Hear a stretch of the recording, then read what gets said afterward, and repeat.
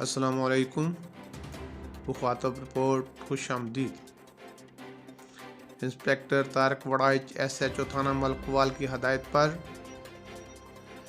راجہ اعجاز Ahmad ASI نے مویشی چور ملزم محمد اکمل ولد رزاق بخش قوم کلیار سکنہ بہاولپور سے مزید تفتیش کے دوران ملزم محمد اکمل نے انکشاف کیا ہے کہ اس نے ایک رائفل 222 مونا سیداں نہر کے قریب چھپا رکھی ہے جو کہ ناجائز ہے۔